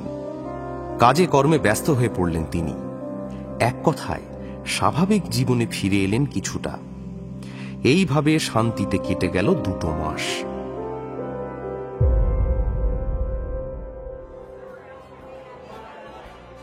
আটই জানুয়ারি আটারসন জেকিলের বাড়িতে ছোটখাটো একটা পার্টিতে অংশ নিলেন। ডক্টর ল্যানিয়ানও ছিলেন সেখানে। প্রত্যেকের আচার আচরণেই যেন ফিরে এলো পুরনো সেই দিনের কথা। পুরনো 3 বন্ধুর যেন রিইউনিয়ন হলো। তোমাকে দেখে খুব ফ্রেশ লাগছে জেকিল। অনেক দিন পর বড্ড হালকা লাগছে। আটারসন, তোমার সেই ঘটনাটা মনে আছে? সেই যে... কোনটা বলো তো? কিন্তু 2 দিন বাদেই সব কিছু বদলে গেল। পরপর 2 দিন, 12 এবং 14 জানুয়ারি আটারসন গেলেন ডক্টর জেকিলের বাড়িতে। বন্ধুর সঙ্গে দেখা করতে দেওয়া হয় না তাকে। মাত্র কয়েকদিন আগে যে আনন্দের বন্যা ডেকেছিল তা যেন নিমেষেই উবে গেল। ল্যাবরেটরি রুমের দরজা বন্ধ। পুল জানালো ডক্টর ঘরের মধ্যে একা আছেন এবং কারো সঙ্গেই দেখা করবেন না। জেকিল বন্ধ ঘরে একা বসেছিলেন। আটারসনের অনুরোধেও দরজা খুললেন না। জেকিল, জেকিল, কি হয়েছে তোমার? একবার দরজাটা খোলো। আচ্ছা, সব তো ঠিকই ছিল, হঠাৎ করে কি হলো? জেকিল। আটারসনের একটু রাগ হলো ঠিকই, তবে তিনি অবাক হলেন বেশি। পরদিন তিনি আবার গেলেন। একই জবাব পেয়ে আশাহত হতে হলো তাঁকে। গত 2 মাস ধরে প্রায় নিয়মিত তিনি এ বাড়িতে এসেছেন। এই পরিবর্তনের কোনো কারণ তিনি বুঝতে পারলেন না। বুকের মধ্যে যেন একটা ভারী পাথর চেপে বসল তাঁর। দিন 6 পর তিনি ডক্টর ল্যানিয়ানের বাড়ি গেলেন। পুরনো বন্ধুর কাছে যদি কোনো খবর পাওয়া যায় এই আশায়। কিন্তু ল্যানিয়ানের দুর্দশাগ্রস্ত চেহারা দেখে তিনি বড়ই অবাক হলেন। রক্তহীন ফ্যাকাশে মুখ, ক্রমাগত রাত জাগার কালো ছাপ চেহারায়, কেউ যেন তাঁর নামে ডেথ ওয়ারেন্ট লিখে গেছে। এই রকমই আসন্ন মৃত্যুর চিহ্ন চোখে মুখে। তার মতো একজন প্রাণবন্ত মানুষ, তিনি এই রকম নেতিয়ে পড়েছেন, চামড়া ঝুলে পড়েছে, যেন এক ধাক্কায় অনেকটা বয়স বেড়ে গেছে। শুধু শরীরের পরিবর্তন ঘটেনি, মানসিকভাবেও তিনি বিপর্যস্ত হয়ে পড়েছেন। চোখে মুখে যেন তার বিভীষিকার ছায়া। আন্ডারসন ভাবলেন, একেই কি মৃত্যু ভয় বলে?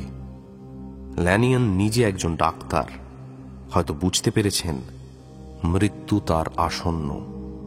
তাই কি ভেঙে পড়েছেন হতাশায়? আন্ডারসন চিন্তিত হয়ে সেই কথাই ল্যানিয়ানকে বললেন। হতাশায় ভেঙে পড়ল ল্যানিয়ানের গলা। জীবনে একটা দারুণ আঘাত পেয়েছি। এই ধাক্কা আমি আর সামলে উঠতে পারবো না। এখন শুধু দিন গোনার পালা। হয়তো সপ্তাহ খানেকের মধ্যেই আমি শেষ হয়ে যাব। জেকিলও অসুস্থ। আচ্ছা, তার সঙ্গে কি এর মধ্যে তোমার দেখা হয়েছে? উত্তেজনায় হাত পা কাঁপতে লাগলো ল্যানিয়ানের। একটা শীর্ণ কম্পিত হাত তুলে তিনি বললেন, দোহাই তোমার, আমার সামনে জেকিলের নাম উচ্চারণ করো না। আমি তার কথা শুনতে চাই না। আমার চোখে জেকিল মৃত। You understand that? He is dead. ওর কথা আমাকে দয়া করে বলো না। আচ্ছা, ঠিক আছে, তুমি শান্ত হও। আমি কি তোমাকে কোনোই সাহায্য করতে পারি না? আমরা তিনজনই বহুদিনের পুরনো বন্ধু। নতুন করে তো বন্ধু তৈরি করার বয়সও আমাদের নেই। কিন্তু আর কিছুই করার নেই, কিচ্ছু করার নেই। জেকেলকে জিজ্ঞেস করো, বুঝতে পারবে সব। আরে, সে তো আমার সঙ্গে দেখাই করতে চায় না। এতে তো অবাক হওয়ার কিছু নেই। আন্ডারসন, মাই ডিয়ার আন্ডারসন, আমার মৃত্যুর পর হয়তো তুমি সব জানতে পারবে, কিন্তু আমি তোমাকে কিছুই বলতে পারবো না। কোনটা ঠিক আর কোনটা ভুল আমি কিচ্ছু বলতে পারবো না। তুমি অন্য কথা বলো না। এই প্রসঙ্গ আর তুলো না। আমি জেকিলের প্রসঙ্গ আর সহ্য করতে পারছি না। তুমি আমাকে ক্ষমা করো। আমি জেকিলের সঙ্গে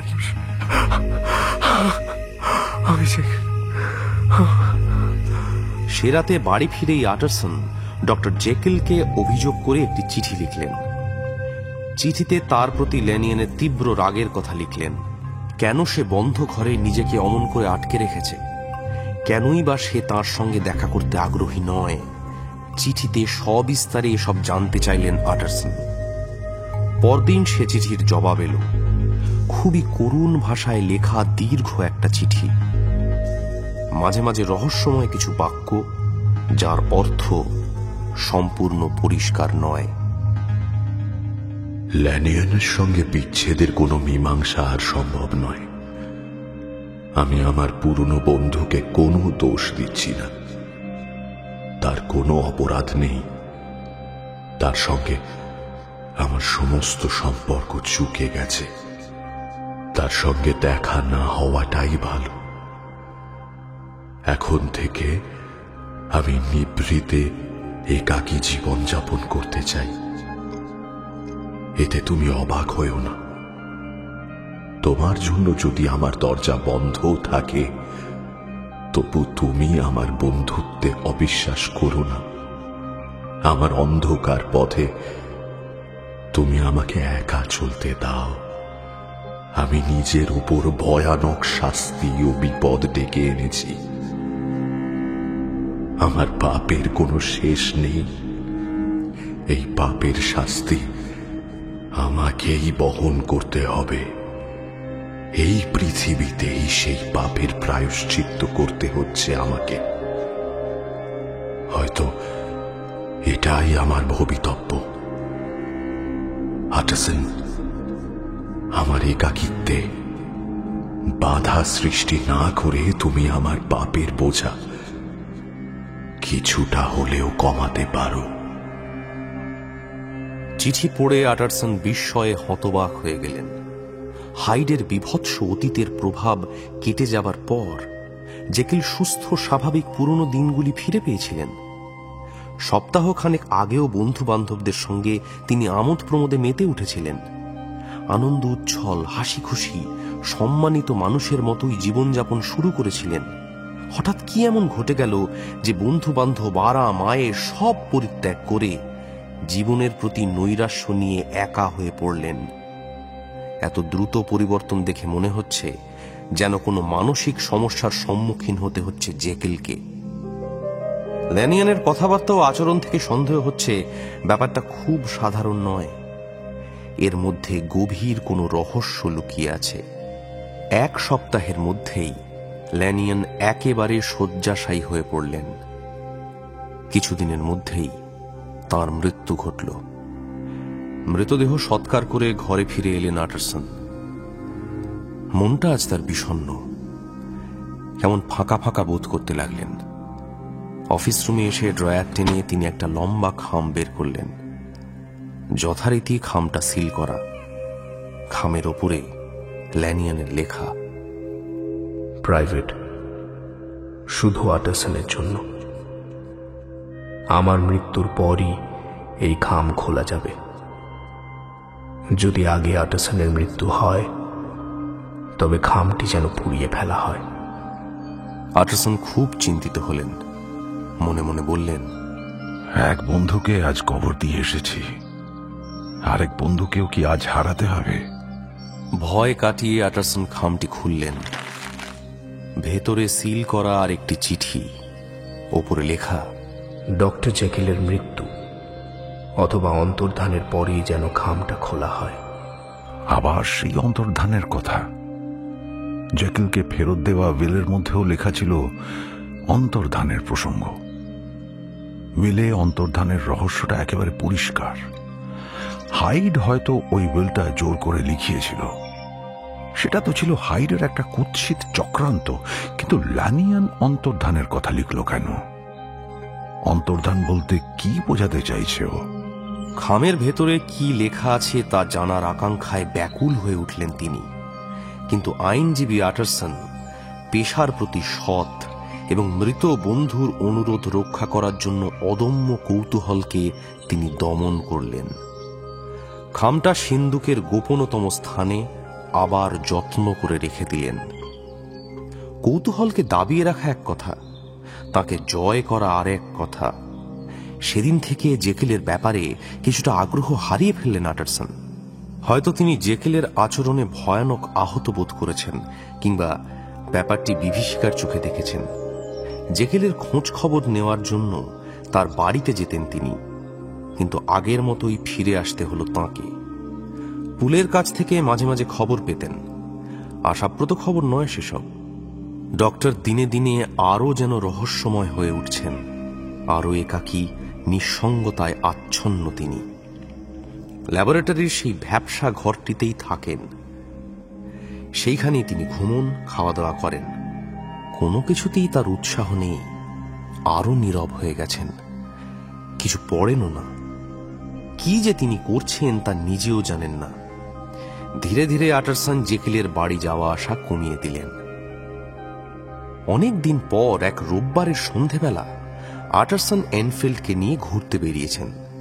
বেড়াতে বেড়াতে তারা সেই গলির মুখে দাঁড়ালেন। সামনে এক দরজা দেওয়া, কিন্তু জানলা খোলা সেই রহস্যময় অদ্ভুত বাড়িটার সামনে এসে কিছুক্ষণের জন্য চুপ করে দুজনেই দাঁড়িয়ে রইলেন। এনফিল্ড বললেন, যাক, শেষ পর্যন্ত বাঁচা গেছে। হাইডের জন্য আমাদের আর চিন্তা করতে হবে না। আমারও তাই মনে হয়। হয়তো সে নিরুদ্দেশ হয়েছে। জানো, হয়তো একদিন আমিও দেখা পেয়েছিলাম হাইডের। দেখে তোমার মতোই তার সম্পর্কে আমার কোনো ভালো ধারণা জন্মায়নি। লোকটা কেমন যেন ভয়ঙ্কর, বিভৎস তার চেহারা। ওকে দেখলে সকলেরই একই ধারণা হবে। জানো আমি কিরকম বোকা? এই বাড়িটা যে জেকিলেরই বাড়ির পিছনের অংশ, কিছুদিন আগে মাত্র সেটা আমি জানতে পেরেছি। জেনেছ যখন ভালোই করেছ। চলো তাহলে ভেতরে ঢুকি, জানলা দিয়ে তাকিয়ে দেখি দেখা যায় কিনা কিছু। সত্যি বলছি, দুর্ভাগা জেকিলের জন্য আমিও উদ্বিগ্ন। আমার মনে হয় বন্ধু বান্ধবদের মুখ দেখলে বেচারা কিছুটা ভালো বোধ করবে। এনফিল্ড আর আটারসন বাড়ির ভেতরে ঢুকলেন। বাড়ির উঠোন ভেজা, স্যাঁতস্যাঁতে। বাইরে তখনও অস্তমান সূর্যের শেষ আলোকমালা মিলিয়ে যায়নি, কিন্তু ভেতরে হালকা অন্ধকার। 3টে জানালার মধ্যে মাঝেরটা একটু খোলা। আটারসন সেই দিকে তাকিয়ে দেখলেন, একটু মুক্ত আলোর আশায় প্রচন্ড বিষণ্ণ মুখে বন্দি কয়েদির মতো ডক্টর জেকেল জানলার পাশে বসে আছেন। আটারসন নিচ থেকেই চেঁচিয়ে উঠলেন, জ্যাকেল, এই যে জ্যাকেল, কেমন আছো এখন? ভালো তো? আমার দুর্বলতা এখনো কমেনি। আমি ভালো নেই, ঈশ্বরকে ধন্যবাদ। হয়তো শিগগিরই সব চোখে বুকে যাবে। বাড়ির মধ্যে এমন সারাদিন চুপচাপ বসে থাকো কেন? বাইরে বেরোতে পারো না? এনফিল্ড বা আমার মতো একটু হাঁটা চলা না করলে শরীর সুস্থ থাকবে কি করে? এসো, হাতটা মাথায় চড়িয়ে শিগগির নেমে এসো। আমাদের সঙ্গে একটু হাঁটা চলা করলে ভালো লাগবে তোমার। তুমি ঠিক কথাই বলেছ বন্ধু। হাঁটতে আমিও খুব পছন্দ করি, কিন্তু না, সেটা আর সম্ভব নয়। সে সাহসও আমার নেই। আটারসন, তোমাদের দেখে বড় ভালো লাগলো। তোমাকে আর এনফিল্ডকে আমি ভেতরে আসতে বলতাম, কিন্তু জায়গাটা তোমাদের জন্য উপযুক্ত নয়। তাতে কি হয়েছে? আমরা বরং এখান থেকেই তোমার সঙ্গে গল্প করি। ডক্টরের মুখে প্রাণবন্ত হাসির রেখা, কিন্তু তা ক্ষণস্থায়ী, মুহূর্তের জন্য। পরক্ষণেই তার মুখ থেকে হাসির রেশটুকু মিলিয়ে গেল। প্রচন্ড ভীতি ও গভীর নিরাশায় আচ্ছন্ন হয়ে গেল তার মুখ। এক পলকের জন্য আটারসন ডক্টরের ভয়াল করুণ মুখখানা দেখতে পেলেন। তারপরেই সশব্দে জানালাটি বন্ধ হয়ে গেল।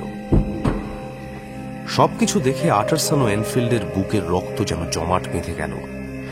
দুজনে নীরবে সেখান থেকে ফিরে এলেন। দুজনকেই অত্যন্ত ক্লান্ত দেখাচ্ছিল। কারো মুখে কোনো কথা নেই। রাস্তা ধরে কিছু দূর হাঁটার পর আটারসন দীর্ঘ নিঃশ্বাস ছেড়ে শুধু বললেন, god, please forgive me, please. দুজনের চোখে মুখেই আতঙ্কের ছাপ স্পষ্ট।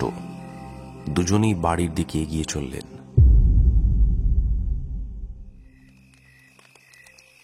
একদিন রাতে খাওয়া দাওয়া সেরে আটারসন শরীরটাকে একটু গরম করবেন বলে চুল্লির কিনারে এসে বসেছেন। এমন সময় পুল এসে হাজির।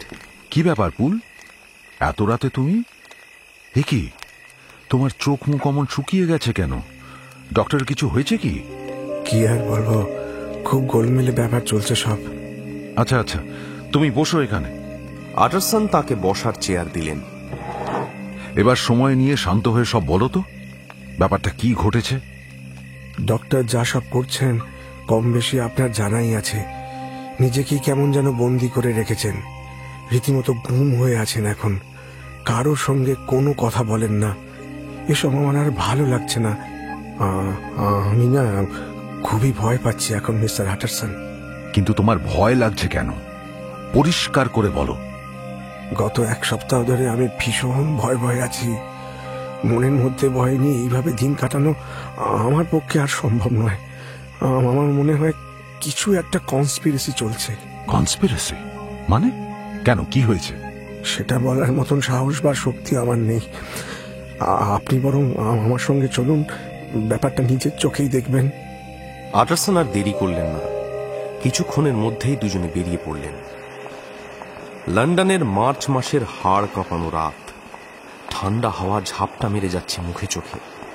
বাতাসের শোঁ শোঁ শব্দে পাশের জনের সঙ্গেও কথা বলা যায় না। কুয়াশা আচ্ছন্ন রাতের আকাশে চাঁদও ম্লান হয়ে গেছে। রাস্তাঘাট নীরব, নির্জন। এরকম পরিবেশে অজানা বিপদের আশঙ্কায় কেঁপে উঠল আটারসনের মন। মহাচ্ছন্নের মতো দ্রুত বেগে তিনি হাঁটতে লাগলেন। জেকেলের বাড়ির কাছাকাছি এসে যখন পৌঁছেছেন, তখন বাতাস আরো জোরে বইতে শুরু করেছে, যেন ঝড় শুরু হয়েছে। বাগানের সরু সরু গাছগুলো বাতাসের ঝাপটায় ঘন ঘন দুলছে, আছড়ে পড়ছে দেওয়ালের ওপর। পুল সারাটা পথ নীরব। আগে আগে পথ দেখিয়ে হাঁটছিল সে। এমন শীতের রাতেও কপালে তার ঘামের বিন্দু। ভয়ে বিবর্ণ সাদাটে হয়ে আছে চেহারা। বেচারা গভীর দুশ্চিন্তায় মগ্ন। নিদারুণ মানসিক যন্ত্রণার ফলে পুল খুবই ক্লান্ত। বাড়ির সামনে এসে দরজায় হালকা কড়া নাড়তেই ভেতর থেকে বাড়ির কাজের লোক উত্তেজিত কণ্ঠস্বরে বলল, কে ওখানে? আমি পুল, দরজা খোলো। ভেতরে ঢুকতেই আটারসন দেখলেন উজ্জ্বল আলোকিত হলঘরটিতে দারুণ উষ্ণতা। জ্বলন্ত চুল্লিতে দাউ দাউ করে আগুন জ্বলছে। চুল্লির সামনে বাড়ির কাজের লোক ও ঝি চাকরেরা জড়ো হয়েছে। সকলের চোখে মুখেই ভয় ও চিন্তার কালো ছায়া। সকলেই আতঙ্কিত। আটারসনকে দেখেই কেউ কেউ কেঁদে উঠল। কেউ যেন সাময়িক সান্ত্বনা খুঁজে পেল। কেউ যেন জড়িয়ে ধরতে চাইল আটারসন। আটারসন সবাইকে জিজ্ঞেস করলেন, আরে কি ব্যাপার কি? তোমরা সবাই এখানে বসে আছো কেন? কাজ নেই তোমাদের? বাড়ির কর্তা জানতে পারলে কিন্তু রাগ করবেন। ওরা সবাই খুবই ভয় পেয়েছে স্যার। সবাই চুপ করে বসে রইল। কারো মুখে কোনো শব্দ নেই। শুধু কাজের মেয়েটা প্রথমে মৃদু সুরে, পরে ফুঁপিয়ে শব্দ করে কেঁদে উঠল। থামো থামো, চুপ করো। আপনি চলুন স্যার, আমার সঙ্গে ধীরে ধীরে আসুন। কোনো শব্দ করবেন না, শুধু শুনে যাবেন আর সব দেখে যান। যদি আমার মনিব আপনাকে ভেতরে ডাকে, খবরদার যাবেন না কিন্তু। এই বলে মোমবাতি হাতে এসে বাড়ির পেছনে ল্যাবের দিকে চলল। সমস্ত পরিবেশটাই আটারসনের মনের ওপর গভীর আতঙ্কের ছাপ এঁকে দিল। হাঁটতে গিয়ে হোঁচট খেলেন তিনি। তারপরই মনে মনে সাহস নিয়ে ধীরে ধীরে পুলকে অনুসরণ করে এগিয়ে চললেন। অবশেষে তারা ল্যাবের সামনে শিশি, বোতল, বাক্সের বিশাল স্তূপ পেরিয়ে সিঁড়ির দোরগোড়ায় এসে উপস্থিত হলেন। পুল ইঙ্গিত করল যেন কোনো শব্দ না হয়। সিঁড়ি দিয়ে কয়েক ধাপ ওপরে উঠল পুল। পর্দার ওপর দিয়ে ভারী দরজায় কাঁপা কাঁপা হাতে মৃদু আঘাত করে ভীত কণ্ঠে সে বলল, স্যার, আটারসন আপনার সঙ্গে দেখা করতে চান। যে এসেছে তাকে বলে দাও আমি এখন কারোর সঙ্গে দেখা করব না। Leave me alone. ঠিক আছে স্যার। এই বলে পুল রান্নাঘর উঠোন পেরিয়ে ফিরে এলো সেই হল ঘরে। ভয়ার্ত ভৃত্যেরা সেখানে জটলা করছে। আটারসনের চোখের দিকে তাকিয়ে পুল বলল, স্যার, গলার স্বর শুনে কি বুঝলেন? এই কি আমার মনিবের কণ্ঠস্বর? গলাটা যেন খুব বদলে গেছে। ঠিকই বলেছেন স্যার। গত 20 বছর ধরে আমি এই বাড়িতেই আছি। আমি তার কণ্ঠস্বর চিনব না? এ আমার মনিবের গলা নয়। আমার মনিব আর নেই। 8 দিন আগে ঈশ্বরের নাম নিয়ে আমার মনিব কান্নাকাটি করতে শুরু করেন। শেষবারের মতন তখনই তার গলার স্বর শুনতে পেয়েছি। এখন ভেতরে যে বসে আছে, কে সে জানি না। কি উদ্দেশ্য নিয়ে বসে আছে তাও জানা নেই। কি অদ্ভুত ব্যাপার! এসব কি বলছো তুমি? তোমার কথাই যদি সত্যি হয় তবে জেকেলকে কেউ খুন করেছে। কিন্তু সেটাও যদি হয় তবে খুনি এখনো ঘরের মধ্যে কেন? 8 দিন পরেও সে পালাবে না? একথা কিছুতেই বিশ্বাস করা যায় না। তুমি কিছু একটা ভুল করছো। স্যার, সব খুলে বললে আপনি বিশ্বাস না করে পারবেন না। গত 7 দিন ধরে বদ্ধ ঘরে বসে আমার মনিব কিংবা সে যেই হোক সারাক্ষণ শুধু একটা ওষুধের জন্য চিৎকার করছে। অনবরত কাগজে ওষুধের নাম লিখে জানালা দিয়ে ছুঁড়ে ফেলে দিচ্ছে নিচে। আমরা দিনে 3 বার করে বাইরে খাবার রেখে দিচ্ছি, কিন্তু সে আমাদের সামনে আসতে নারাজ। সকলের অজান্তে কোনো এক সময় খাবার নিয়ে যায় ভেতরে, কিন্তু ভেতর থেকে কাগজের টুকরো ছাড়া সে আর কিছুই ফেলে না।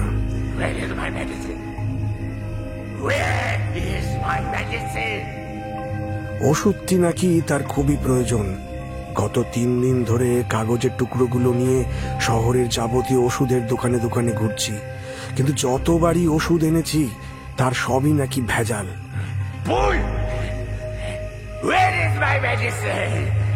আবার নতুন করে ওষুধ আনার জন্য ছুটতে হয়েছে আমাকে।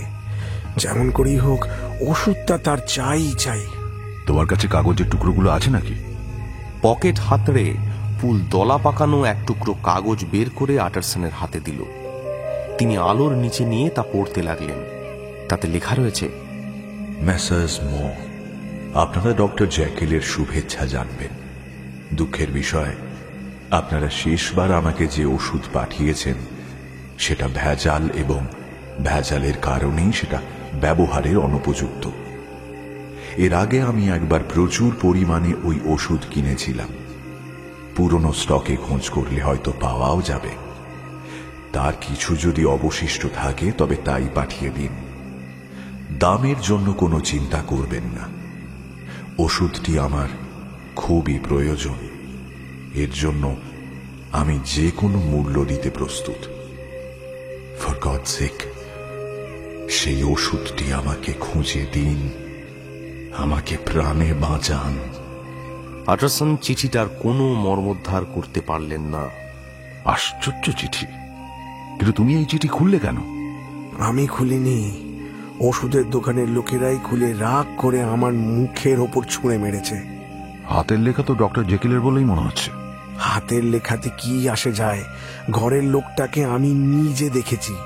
দেখেছো মানে? তুমি তুমি তাহলে খুনিটাকে দেখেছো? হ্যাঁ স্যার, আমি বাগান থেকে ল্যাবের দিকে যাচ্ছিলাম। পাশের ঘরে ঢুকে দেখি ওষুধের ভাঙা বাক্স প্যাটার মধ্যে একটা লোক। দেখলাম সেই ভাঙা বাক্স হাতড়াচ্ছেন তিনি। আমাকে দেখি বেদম চিৎকার করে উঠলেন। তারপর দ্রুত সিঁড়ি ডিঙিয়ে ঘরে গিয়ে দরজা আটকে দিলেন। এক পলকের জন্য তাকে আমি দেখেছিলাম, তাতেই আমার মাথার চুল খাড়া হয়ে ওঠে। মুখে তার মুখোশ আঁটা। তিনি যদি আমার মনিবী হবেন তবে মুখোশের মুখ ঢাকা কেন? আর আমাকে দেখেই চিৎকার করে ইঁদুরের মতন অমন দৌড় দেবেন কেন? সম্পূর্ণ ঘটনাটাই যে আশ্চর্যের ব্যাপার, এতে আর কোনো সন্দেহ নেই। এখন আমি ব্যাপারটা পরিষ্কার বুঝতে পারছি। তোমার মনিব হয়তো দুরারোগ্য কোনো ব্যাধিতে ভুগছেন, যাতে প্রচন্ড যন্ত্রণা হয় এবং চেহারা বিকৃত হয়ে যায়। এতে হয়তো গলার স্বরও বদলে যাওয়া অসম্ভব নয়। শরীরের এই পরিবর্তনে তিনি খুবই মুষড়ে পড়েছেন। নিজেকে লুকিয়ে রাখবার জন্য তাই মুখোশ ব্যবহার করেন, বন্ধু বান্ধবকে এড়িয়ে চলেন। নিজের স্বাভাবিক চেহারা ফিরিয়ে আনার জন্য উন্মত্তের মতো তিনি ওষুধ খুঁজে বেড়াচ্ছেন। হয়তো সেই ওষুধ ব্যবহারেই তাঁর সেরে ওঠার সম্ভাবনা রয়েছে। ঈশ্বর তাকে রক্ষা করুন। দুঃখজনক এরকম পরিস্থিতি থেকে তিনি যেন উদ্ধার পান। এরকম ঘটনা পৃথিবীতে ঘটা সম্ভব, এ নিয়ে অহেতুক ভয় পাওয়ার কিছু নেই। জেকেলের জন্য আমাদের আরো সহানুভূতির প্রয়োজন। যাই হোক, লোকটা আমার মনিব নয় কিছুতেই।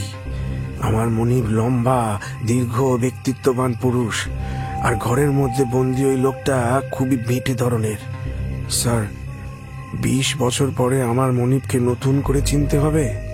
লোকটা আমার মনিব হতেই পারে না। ওই লোকটাই আমার মনিব ডক্টর জ্যাকেলকে খুন করেছে। ভগবানই জানেন লোকটাকে, নিশ্চয়ই খুনি। তোমার ধারণা যে ভুল সেটা তো প্রমাণ করতে হবে। আমার দৃঢ় বিশ্বাস ডক্টর বেঁচে আছেন। কাগজের টুকরোটা দেখে আমার বিশ্বাস হয়েছে হাতের লেখা ডক্টর জেকিলেরই। দরজাটা ভেঙে ফেললেই তো সব রহস্যের সমাধান হয়ে যায়। তোমার মনিব যাই ভাবুন না কেন, দরজা ভেঙে আমাদের ভেতরে ঢুকতে হবে। তবে একটা কথা মাথায় রেখো, আমরাও কিন্তু সাংঘাতিক কোনো বিপদে পড়তে পারি। তা তো বটেই। আচ্ছা, ওই মুখোশধারীকে দেখে তুমি চিনতে পারবে? তাকে এক পলকের জন্য দেখেছি, কাজেই চিনতে পেরেছি কিনা বলতে পারবো না। তবে স্যার, লোকটাকে অনেকটা মিস্টার হাইডের মতো দেখতে। হাইডের মতোই খুব ক্ষিপ্র গতিতে চলাফেরা করে।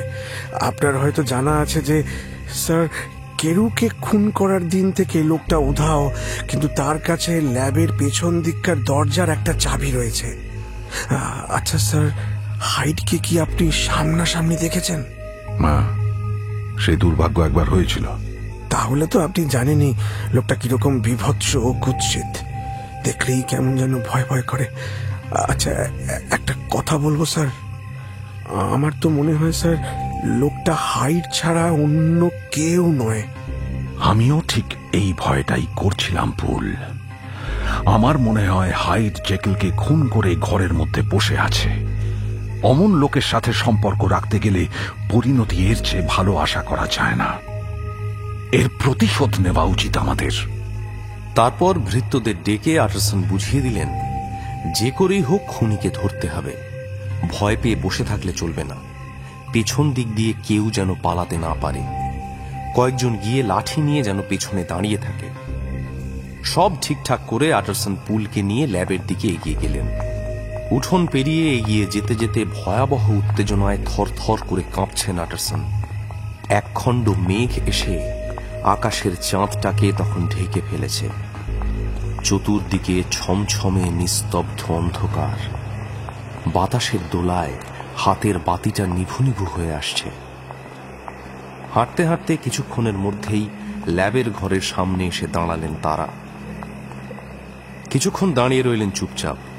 নগরীর কোলাহল তখন থেমে এসেছে। দূর থেকে দু একটি শব্দের মৃদু রেশ শোনা যাচ্ছে। রাতের শান্ত নিস্তব্ধ লন্ডন। কান পাতলে শোনা যায় জেকেলের ঘর থেকে পায়চারির শব্দ। সারাদিন রাতি লোকটা ওই রকম অস্থির হয়ে হাঁটাচলা করে। শুধু যখন ওষুধের দোকান থেকে কোনো নতুন ওষুধ আসে তখনই কিছুক্ষণের জন্য থামে, কিছুক্ষণের জন্য নীরবতা, তারপরেই আবার শুরু হয় ছুটাছুটি। কান পেতে শুনুন খানিকটা। আমার মনিবের পায়ের আওয়াজ কি এরকম ছিল? আটারসন খানিকক্ষণ কান পেতে শুনলেন। পায়ের আওয়াজ শুনে টের পাওয়া যায় কেউ যেন বানরের মতো লাফিয়ে লাফিয়ে যাচ্ছে। ইতস্তত বিক্ষিপ্ত হেঁটে বেড়ানো। জেকেলের মাটি কাঁপানো ভারী পদশব্দের সঙ্গে এর অনেক পার্থক্য। আর কোনো কিছু কখনো শোনোনি? তেমন কিছু নয়, তবে একদিন কান্নার শব্দ শুনেছিলাম। কান্না? সে কি? হ্যাঁ, করুণ সুরে একটানা হতাশার কান্না। সে কান্না শুনলে নিজেরও কান্না পাবে স্যার।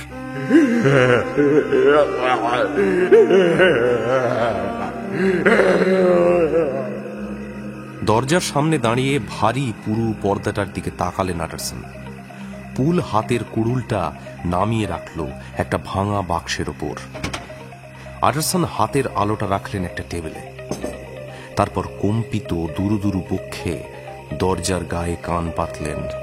ঘরে অবিশ্রান্ত দ্রুত পায়চারি করে রাত্রির নীরবতাকে ভেঙে টুকরো টুকরো করছে কেউ একজন। আটারসন চেঁচিয়ে ডাকলেন, জেকেল, জেকেল, আমি তোমার সঙ্গে দেখা করতে এসেছি। একটু থামলেন তিনি, কিন্তু ভেতর থেকে কোনো সাড়া শব্দ এলো না। তোমার সঙ্গে দেখা আমাকে করতেই হবে। তোমার সন্দেহজনক আচরণ আমার ভালো ঠেকছে না জেকেল। ভালো চাও তো দরজা খোলো, নইলে আমরা জোর করে দরজা ভেঙে ভেতরে ঢুকবো। ভেতর থেকে জবাব এলো, ঈশ্বরের দোহাই, আমাকে দয়া করো, আমাকে ক্ষমা করো। আটারসন গলার স্বর চিনতে পেরে চিৎকার করে উঠলেন, তো জেকেলের গলা নয়, এই কণ্ঠ হাইডের। হাত ধরে নয়, এসব ভুল। দরজাটা ভাঙা যাক।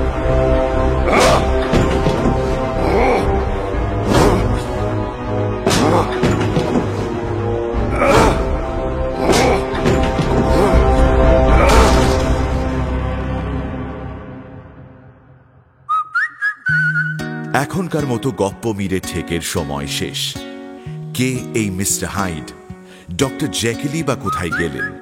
এই সমস্ত উত্তর সঙ্গে করে পরের সপ্তাহে doctor Jekyll and mister Hyde দ্বিতীয় ও শেষ পর্ব নিয়ে আসব আমি।